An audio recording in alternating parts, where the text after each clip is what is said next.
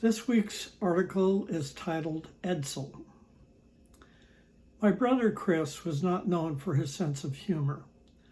I could not recall him ever playing a practical joke or even telling a joke.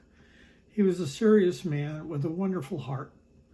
Chris was an enigmatic artist with a good head for numbers and solutions. It was the perfect setup for what would happen on that eventful evening. When we visited Chris and Marlene's home in San Francisco, there were two required traditions for each trip. We had to get sourdough bread at Fisherman's Wharf, and we had to have dinner in Chinatown. The wharf was a sensory experience for the taste buds and the sense of smell. Chinatown was a full-on assault on all of the senses. Languages we did not speak poured over us. There was incense and there were wind chimes. Surrounded by gold Chinese letters on red banners and signs, there was a feast for the eyes. Flags fluttered and people were in constant motion.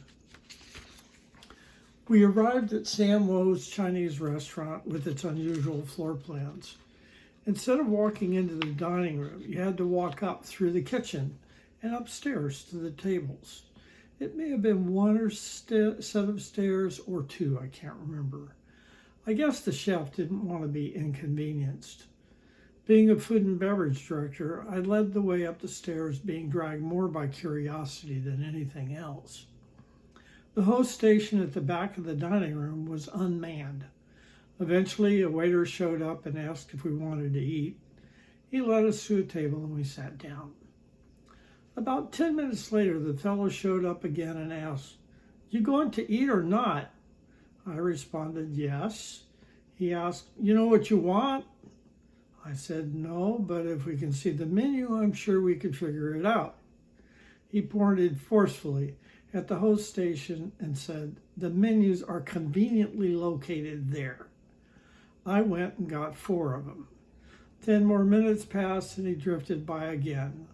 "Didn't you see anything you want?" he asked. I said, "Yes." He pointed at the ticket on the table, which I hadn't noticed, and said, "Good idea, write down what you want." I did, and on his next pass, he snatched it off the table.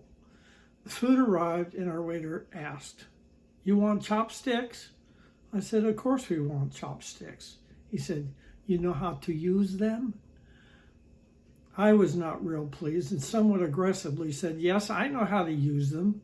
He parried, "Hey, don't get huffy with me. You don't know how to use them. Someone could lose an eye." He extracted 4 pairs from his apron pocket and slammed them down on the table. Without further conflict, we had a pleasant meal. He left the ticket on the table to which he had added the individual prices of the items. He came by 5 minutes later and said, "Add 'em up and pay me." A couple who had been sitting at a table looking over the street got up and left. 2 minutes later, the waiter leaned out the window and yelled loudly down into the street, "Hey, you! Get back up here, you forgot something." The man walked across the street, back up the stairs, and all the way to the front where the waiter was still at the window. He said, "What did I forget?" The waiter said, "You forgot to leave me a tip, you chump."